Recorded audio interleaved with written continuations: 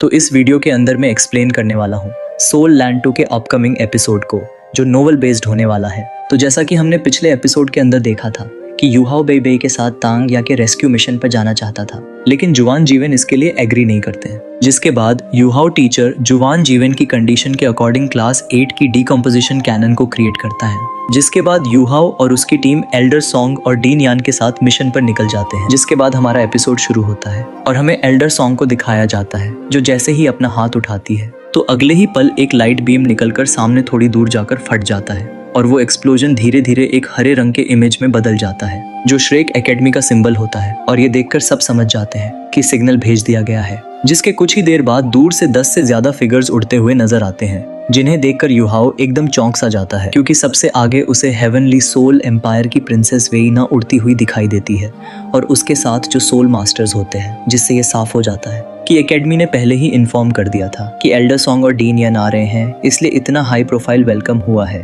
और बाकी लोग चाहे ना समझे, लेकिन यूहाओ साफ जानता था कि हेवनली सोल एम्पायर में प्रिंसेस वेइना की स्टेटस वही है जो स्टार लो एम्पायर में प्रिंसेस जियो जियो का है। और कुछ ही पलों में प्रिंसेस वेइना सबके सामने आकर लगभग 30 मीटर दूर रुक जाती है और रिस्पेक्टफुल तरीके से कहती है कि आप ही एल्डर सॉन्ग होंगी, मैं हेवनली सोल एम्पायर से वेइना हूँ। ये सुनकर एल्डर सॉन्ग हल्की सी स्माइल करती है और इसी बीच प्रिंसेस वेइना की नजर यूहाओ पर पड़ती है, जिसे देखकर यूहाओ हल्का सा नॉड करता है और एल्डर सॉन्ग को फॉलो करने का इशारा करता है। और रास्ते में उड़ते हुए प्रिंसेस वेइना और एल्डर सॉन्ग के साथ साथ चलती है। और रास्ते में प्रिंसेस वेइना फ्रंटलाइन की करंट सिचुएशन धीरे धीरे बताने लगती है और ये सारी बातें यूहाओ भी सुन लेता है, क्योंकि वो जानबूझकर लो वॉइस में नहीं बोल रही थी। और तभी एल्डर सॉन्ग पूछती है कि फ्रंटलाइन पर हालात कैसे हैं। ये सुनकर प्रिंसेस वेइना बताती है कि अभी तो सिचुएशन स्टेबल है और स्टार लो एम्पायर के सन मून एम्पायर पर अटैक करने के बाद प्रेशर काफी कम हो गया है।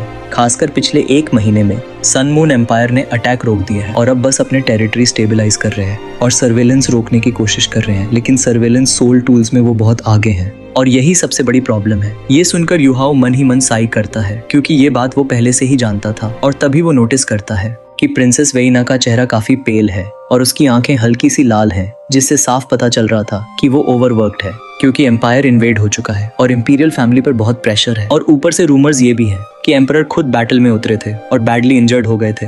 तो वही और हेवनली स्पिरिट सिटी पहुंचते पहुंचते यूहाओ देखता है कि ये सिटी अब लास्ट बैरियर बन चुकी है और वॉल्स पर टैंक सेक्ट के बनाए जूगे डिवाइन क्रॉसबो कैनन्स लगे होते हैं और सोल्जर्स हर तरफ फैले होते हैं और सिडियंस को सेफ जगह भेज दिया गया होता है।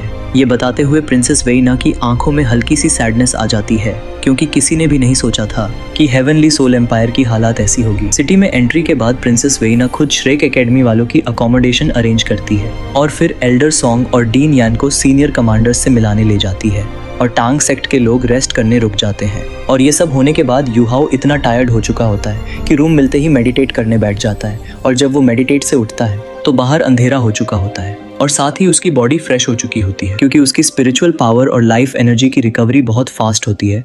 और आइस बेयर किंग को उसने अपने स्पेक्ट्रल डेमी प्लेन में रखा होता है ताकि कोई भी ट्रेबल ना हो। और तभी एक जेंटल आवाज आती है, जिसे सुनकर यूहाओ पलटकर देखता है तो ये गाय सामने खड़ी दिखाई देती है, जिसे देखकर यूहाओ मुस्कुराते हुए कहता है कि तुम्हारी कल्टीवेशन भी काफी इंप्रूव हो चुकी है। जो सुनकर ये गोई हंसते हुए कहती है कि तुम अभी भी मेरे टारगेट हो, जिस पर यूहाओ मजाक में खुद को एम्बिशियस कह देता है। और तभी नैन कुई भी वहां पर आ जाती है और जेलस होकर कंप्लेंट करती है कि तुमने मेरी इंप्रूवमेंट की तारीफ क्यों नहीं की। ये सुनकर यूहाओ उसे चिढ़ा देता है कि वो तो बस आइडियल करती रहती है, जिसकी वजह से नैन कुई गुस्से में आने ही वाली होती है कि तभी कोर्टयार्ड के गेट पर नॉक होता है और डोर खोलते ही प्रिंसेस वेइना को देखकर सब स्टन्ड रह जाते हैं। ये देखकर नैन कुई शॉक होकर योर हाइनेस कहकर पुकारती है, जो सुनकर प्रिंसेस वेइना मुस्कुराकर अंदर आने की परमिशन मांगती है। और अंदर आते ही उसकी नजर सीधे यूहाओ पर जाती है, जिसे देखकर वेइना सरप्राइज के साथ कहती है कि यूहाओ तो तुम यहाँ आए हो, मैं तुम्हें ही ढूंढने आई थी। ये सुनकर यूहाओ खुद की ओर इशारा करके पूछता है कि मुझे, जो सुनकर प्रिंसेस वेइना नोड करके कहती है कि हाँ तुमसे से प्राइवेट में बात करनी है। तो वही हेजिटेशन के बाद यूहाओ उसे अपने रूम में ले आता है और डोर बंद होते ही बाहर नैन कुई की आंखें फैल जाती हैं और वो ये गुई से विस्पर में कंप्लेंट करती है कि ये लड़का जहाँ भी जाता है लेडीज को अट्रैक्ट कर ही लेता है, जबकि ये गुई हंसकर कहती है कि वो ज्यादा सोच रही है। लेकिन नैन कोई कन्विंस्ड नहीं होती है और बोलती है कि अगर ऑफिशियल का काम होता तो प्रिंसेस वेइना एल्डर सॉन्ग या डीन यान से मिलती, लेकिन सीधे यूहाओ के पास आना दाल में कुछ काला लग रहा है। तो वही ये गुई ये सुनकर नन कुई के सिर पर हल्का सा नॉक करती है और बोलती है कि तुम क्या उल्टा सीधा सोच रही हो, तुम सीधी बात क्यों नहीं समझती हो? प्रिंसेस वेइना और यूहाओ के बीच बस सेरेमोनियल इंटरेक्शन है और ऊपर से एम्पायर की हालत इतनी खराब है तो उसके पास रिलेशनशिप्स के लिए टाइम कहाँ होगा? जरूर कोई ऑफिशियल मैटर है। ये बोलकर वो आगे समझाती है कि यूहाओ तांग सेक्ट का सिंबॉलिक फिगर है। इवन एल्डेस्ट सीनियर भी कई मैटर्स में उसकी ओपिनियन लेता है और सर्वेलेंस में वो एक्सपर्ट है, इसलिए हो सकता है मैटर उसी से रिलेटेड हो। ये सुनकर नैन कोई बोलती है कि सिस्टर गाई, तुम तो स्मार्ट होती जा रही हो। जिस पर ये गाई चिढ़कर कहती है कि मैं स्मार्ट नहीं हूँ बल्कि तुम डम्ब हो और तुम जितना ज्यादा कंसर्न लोगी उतना ही डिस्ट्रेस होगा। ये सुनकर नैन कुई का चेहरा लाल पड़ जाता है और दोनों लड़कियों की नोकझोंक इसी तरह चलती रहती है। तो उधर रूम के अंदर यूहाओ प्रिंसेस वेइना को बैठने को कहता है और वो खुद सामने बैठकर माफी मांगती है कि तुम अभी शिफ्ट हुए हो इसलिए सर्व करने को कुछ नहीं है। जिस पर यूहाओ सीधे पूछता है कि आपका यहाँ आने का क्या रीजन है। ये सुनकर वेइना उसे गहरी नजर से देखने लगती है जिससे यूहाओ थोड़ा ऑकवर्ड हो जाता है और तभी अचानक वेइना उसके सामने घुटनों पे बैठकर काउटाउ करती है और स्टफीनेस आवाज में कहती है कि यूहाओ, हेवनली सोल एम्पायर को बचा लो। ये सुनकर यूहाओ शॉक होकर उसे तुरंत उठाता है और कहता है कि ऐसा मत करो, आराम से बात करते हैं। और जब वेइना उठती है तो उसकी आंखों में आंसू होते हैं जो देखकर यूहाओ का दिल भारी हो जाता है क्योंकि जो प्रिंसेस पहले ऑव इंस्पायरिंग थी वो अब पूरी तरह टूट चुकी थी। और ये सोचकर वो साइज करते हुए कहता है कि जो भी कहना है सीधे कहो, मैं तुम्हारी हेल्प करने के लिए रेडी हूँ। ये सुनकर वेइना आंसू पोंछकर बताती है कि सन मून एम्पायर ने अचानक अटैक किया था और सर्वेलेंस पूरी तरह सील कर दिए गए हैं और बॉडी सेक्ट के होने के बावजूद सोल टूल्स के सामने कोई भी टिक नहीं पाया। और डिफेंसिव लाइन टूटती हुए देखकर और सोल मास्टर्स को मरते हुए देखकर उसे अपनी नासमझी का एहसास हुआ था।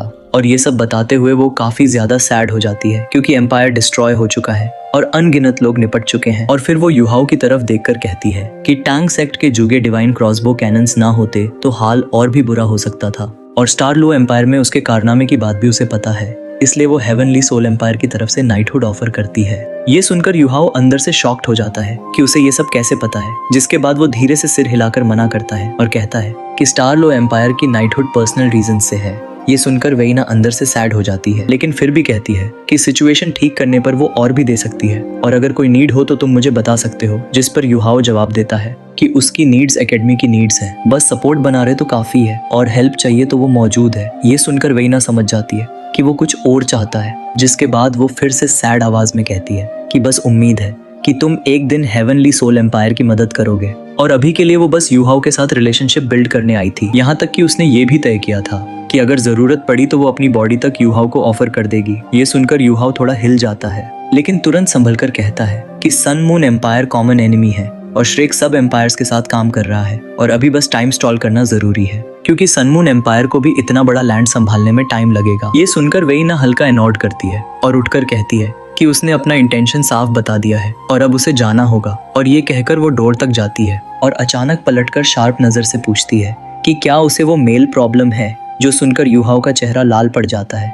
जो देखकर वेइना हंसते हुए चली जाती है, जिसे जाते हुए देखकर यूहाओ अवाक रह जाता है। और तभी बेई साइड से आकर हंसते हुए पूछता है कि क्या वो उसे ब्राइब करने आई थी। जिस पर यूहाओ कड़वी मुस्कान के साथ सिर हिला देता है, जो देखकर बेई हंसते हुए कहता है कि आजकल तो तुम्हारी डिमांड बहुत ज्यादा बढ़ चुकी है, प्रिंस कंसॉर्ट बनना बुरा तो नहीं है। ये सुनकर यूहाओ का चेहरा उतर जाता है और वो बोलता है कि एल्डेस्ट ब्रदर, आप भी मेरा मजाक उड़ा रहे हो। जिस पर बेई हंसते हुए कहता है कि एक मैन को कभी मना नहीं करना चाहिए और ये बोलकर आगे बढ़ जाता है, जो देखकर यूहाओ तुरंत उसके पीछे जाता है। और भाई लोग बेई की हरकतों को देखकर लगता है कि ये यूहाओ का प्रिंसेस वेइना के साथ ताका बीड़वा कर ही रहेगा। जिसके बाद यूहाओ पूछता है कि एक्शन कब लेना है, जिस पे बेई बताता है कि डिनर के बाद डिस्कस करेंगे क्योंकि एल्डर सॉन्ग और डीन यान वापस आ चुके हैं और हेवनली सोल एम्पायर चाहता है कि सर्वेलेंस में हम उनकी हेल्प की करें। और उन्हें मिंगदो माउंटेन रेंज वाली बात भी पता है और वो श्रेक और टैंग सेक्ट को पूरी तरह यूज करना चाहते हैं। और प्रिंसेस वेइना भी शायद इसी वजह से तुम्हारे पास आई थी क्योंकि वो जानती है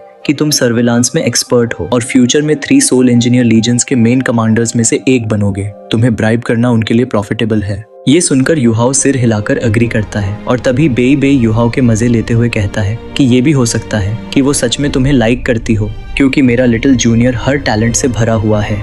ये सुनकर यूहाओ कड़वी हंसी के साथ कहता है कि आप मेरे मजे लेना बंद करो और रियल बात ये है कि सर्वेलेंस जरूरी है, क्योंकि बिना उसके तांगया को ढूंढा नहीं जा सकता है। और अगर हेवनली सोल एम्पायर से कोऑर्डिनेट किया जाए तो सीनियर सिस्टर तांगया को ढूंढा जा सकता है, वरना सन मून एम्पायर के मिलिट्री एरिया में घुस पाना इम्पॉसिबल है। जो सुनते ही बे का एक्सप्रेशन सीरियस हो जाता है, क्योंकि तांगया की बात आते ही उसका दिल दर्द से भर जाता है, क्योंकि इतने सालों से वो तड़प रहा था और पहले उसके पास तांगया की कोई खबर नहीं थी। और जब खबर मिली तो वो होली गोस्ट चर्च की होली लेडी बन चुकी थी, जो जानते हुए भी वो कुछ नहीं कर पाया। और अब जब मौका मिला है तो एंजाइटी और भी ज्यादा है, क्योंकि लाखों सोल्जर्स के बीच किसी एक को ढूंढना आसान नहीं होता है, और ऊपर से तांग या एनिमी साइड से है और पावरफुल लोगों से घिरी हुई है। इसलिए प्लान बनाना जरूरी था, जिसके बाद बे उसे डिनर के लिए ले जाता है। और डिनर बहुत रिच और नरिशिंग होता है, लेकिन किसी का भी ध्यान टेस्ट पे नहीं होता है, क्योंकि सबके दिमाग में मिशन ही था। खाना खत्म होते ही एल्डर सॉन्ग बात शुरू करती है और सब स्ट्रेट बैठ जाते हैं। और यान शाओजे भी एल्डर सॉन्ग के सामने जूनियर की तरह होता है, जिसके बाद में थोड़ी देर तक सोचकर एल्डर सॉन्ग यान शाओजे से ओपिनियन पूछती है और वो बताता है कि तीनों एम्पायर्स की जॉइंट आर्मी इकट्ठा है और 9 सोल मास्टर लीजेंड्स और 20 से ज्यादा टाइटल डुओलुओ मौजूद हैं। और मार्शल शुआई है, जो हेवनली सोल एम्पायर का प्रिंस है, वो चाहता है कि सन मून एम्पायर की सर्वेलेंस वीकन कर दी जाए। और फिर एल्डर सॉन्ग आगे बताती है कि ये रिक्वेस्ट रीजनेबल है, क्योंकि सिर्फ 11 लोग पूरी वॉर नहीं बदल सकते हैं, लेकिन एनिमी की आंखें तो फोड़ सकते हैं। फिर वो बे से ओपिनियन पूछती है, जिस पर बे कहता है कि मेन गोल तांगया को बचाना है और पर्सनल सेफ्टी के साथ हेल्प करनी है, इसलिए पहले खुद सर्वेलेंस करेंगे। ये सुनकर एल्डर सॉन्ग यूहाओ की तरफ देखकर मुस्कुराती है और उसे सर्वेलेंस हीरो कहकर पूछती है कि क्या प्लान है। जो सुनकर यूहाओ हल्का कॉफ करके बोलता है कि वो हीरो नहीं है, लेकिन एरियल सर्वेलेंस कर सकता है, क्योंकि सन मून एम्पायर के सोल टूल्स 3000 मीटर से ऊपर काम नहीं करते हैं और ऊपर से ओवरऑल सिचुएशन देखी जा सकती है, लेकिन डिटेल्स वेग होंगी। सीनियर सिस्टर तांगया को पिन पॉइंट करना मुश्किल है, क्योंकि स्पिरिचुअल डिटेक्शन की लिमिट है और बैरियर से टच होते ही एक्सपोज हो जाएंगे, जिसकी वजह से हमारे ऊपर अटैक भी हो सकता है। इसलिए रिट्रीट रिस्की है, इसीलिए या तो नाइट एम्बुश करना होगा या फाइट एंगेज करनी होगी, ताकि रिलायबल इन्फो मिले। और ये सब कहते हुए वो कॉन्फिडेंट दिखता है, क्योंकि यूहाओ का एक्सपीरियंस काफी हद तक बढ़ चुका था और आइस बेयर किंग उसके पास ट्रम्प कार्ड की तरह मौजूद था। और तो वही एल्डर सॉन्ग ये सुनकर खुश होती है और बताती है कि सन मून एम्पायर की सोल इंजीनियर लीजेंड्स बहुत लीथल है, इसलिए हेवनली सोल एम्पायर के हेल्प की जरूरी बढ़ेगी, जिस पर यूहाओ भी अग्री करता है और स्ट्रॉन्ग सोल मास्टर्स की बात करता है। लेकिन तभी एल्डर सॉन्ग पूछती है कि फाइट को लीड करने के बारे में तुमने क्या सोचा है। जो सुनकर यूहाओ फाइट को लीड करने के लिए मना कर देता है, लेकिन एल्डर सॉन्ग हंसते हुए कहती है कि फाइट का ज्यादा एक्सपीरियंस उसी के पास है और सन मून एम्पायर के बारे में वो सबसे ज्यादा अच्छी तरीके से जानता है, इसलिए अब से एल्डर सॉन्ग और डीन यान समेत सभी उसके अंडर होंगे और लिएजॉन वो खुद संभालेगी। ये सुनकर सब स्टन्ड रह जाते हैं और इसके लिए यान शाओजे भी अग्री कर लेता है। तो वही यूहाओ अंदर से कड़वी स्माइल के साथ सोचता है कि अब उसे दोनों को कमांड करना पड़ेगा। तो वही एल्डर सॉन्ग सीरियस होकर कहती है कि ज्यादा प्रेशर मत लो और यही मिशन का बेस्ट चॉइस है, क्योंकि सोल इंजीनियर लीजेंड्स के सामने इंडिविजुअल स्ट्रेंथ कम हो जाती है और यही वजह है कि बॉडी सेक्ट के होते हुए भी हेवनली सोल एम्पायर की हालत ऐसी हो गई है। जिसके बाद एल्डर सॉन्ग आगे बताती है कि वो पहले बताई गई सभी बातों से सहमत हैं, लेकिन उन्हें एक ज्यादा डिटेल्ड प्लान चाहिए और आज रात ही प्लान तैयार करके कल हेवनली सोल एम्पायर के साथ डिस्कस किया जाएगा, ताकि मिशन जल्दी स्टार्ट हो सके। जिस पर यूहाओ कुछ कहना चाहता था, लेकिन एल्डर सॉन्ग उसे रोकते हुए कहती है कि रिस्पॉन्सिबिलिटी लेने से तुम कभी पीछे मत हटना और तुम सी गॉड्स पेविलियन के मेंबर भी हो और अपने टीचर का फेस नीचे मत गिरने देना। जो सुनते ही एल्डर म्यू का नाम आ जाने की वजह से यूहाओ और कुछ नहीं कह पाता है और वो गहरी सांस लेकर सिर हिला देता है और एल्डर सॉन्ग और डीन यान को थैंक्स बोलते हुए कहता है कि वो पूरी कोशिश करेगा। जो सुनकर एल्डर सॉन्ग हल्की मुस्कान के साथ बोलती है कि हमें ब्लेम मत करना, हम बूढ़े हो चुके हैं और हमारा दिमाग पहले जैसा तेज काम नहीं करता है और ये उम्र तुम्हारे लिए सही है, इसलिए तुम ही प्लान डिस्कस करो और अगर किसी हेल्प की जरूरत हो तो कल बता देना। इतना कहकर वो अपने कमरे की तरफ चली जाती है और अंदर ही अंदर जिम्मेदारी सौंपकर काफी रिलैक्स महसूस करती है। लेकिन एल्डर सॉन्ग का ये ट्रस्ट यूहाओ पर प्रेशर डाल देता है और वो बे की तरफ देखकर कड़वी मुस्कान देता है, जो देखकर बे जानबूझकर चेहरा घुमा लेता है, लेकिन हल्की ग्रिन छुपा नहीं पाता है। लेकिन अभी के लिए यूहाओ को ये नहीं पता था कि वो पहले ही श्रेक एकेडमी में मिलिट्री मैटर्स का एक्सपर्ट बन चुका है और असल में एल्डर सॉन्ग रिस्पॉन्सिबिलिटी डाल नहीं रही थी, बल्कि उसे ट्रेन और टेस्ट कर रही थी,